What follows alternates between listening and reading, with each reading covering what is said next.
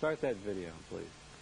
The Here I Am, Lord Conference is a result of just working with young people over the past 12 years and just watching them and seeing what they're doing in their lives and understanding that they have needs that need to be addressed. The religious got to pray over us, and we got to hang out with God.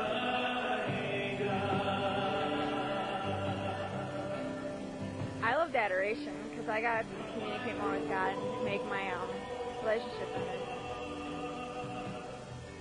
I liked that we got to grow in our faith and we got to be with each other. The idea, the genesis for it was started in 2002, and our first conference took place in winter of 2003. And the first one was held here at St. Patrick, and this is our sixth one this year in 2008. We've done 3 in the Archdiocese of Denver, and we're doing our first one in the Archdiocese of Chicago in October of this year. The main reason these conferences came about was a simple comment by a young girl about 7 years ago. I was asked, she was a senior, and she was going off to college, and I asked her, so what are your plans after college? And very simply she said, I'm going to go to college, I'm going to graduate, I'll get a job, I'll get married, and I'll get divorced. And she wasn't being a smart aleck. She was just being honest. That's what she has seen in her life, in her own home, in the families around her.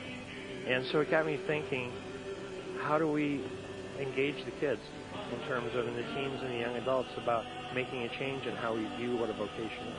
The fact that God is asking each and every one of us to listen to Him, and He has a special call for us, whether it's to marriage, priesthood, consecrated single life, religious life. He's got a plan, and He's programming.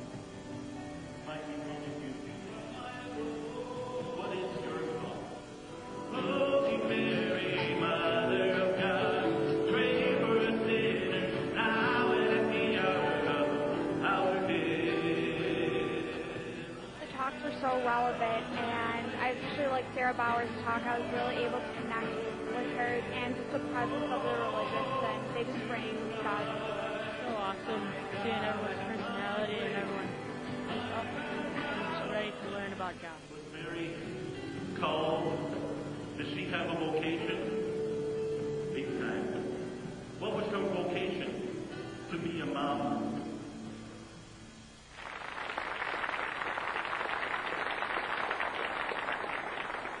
Okay, Brother John Paul, I know you've been to a lot of conferences like that recently over the last couple of years. What was this one like? Well, this one, we got there Thursday night from the airport, and I should mention this, that Mike Zach arranged for all the religious to be picked up in a limousine from the airport. So that's why you go to these conferences. So I thought that was pretty cool. Yeah. We got into a limousine, and we drove about 45 minutes from the airport to St. Patrick's Catholic Church in the Rockford Diocese. And Jason Everett spoke the first night, like it said in the video, spoke very powerfully about the message of chastity. And the next day, it didn't show anything in the video about this, but the next day we went to St. Edward's Central Catholic High School, and we talked to 9th grade through 12th grade all day long, from 9 o'clock in the morning until 2:45 in the afternoon. And we show up, and the MC of the event comes up to me and says, hardly any religious have shown up. Can you get up on stage and give a talk or address this crowd? And I was not even prepared to do anything. I didn't even have time to get nervous, basically. And I got up there, and I think I talked for about 30 to 40 minutes about what a vocation is, and talked a little bit about my own conversion and my own vocation. But basically, this whole conference was about bringing people, young people, into a deep and personal encounter with Jesus Christ. Because you can know who Christ is on an intellectual level, but do you really know Him?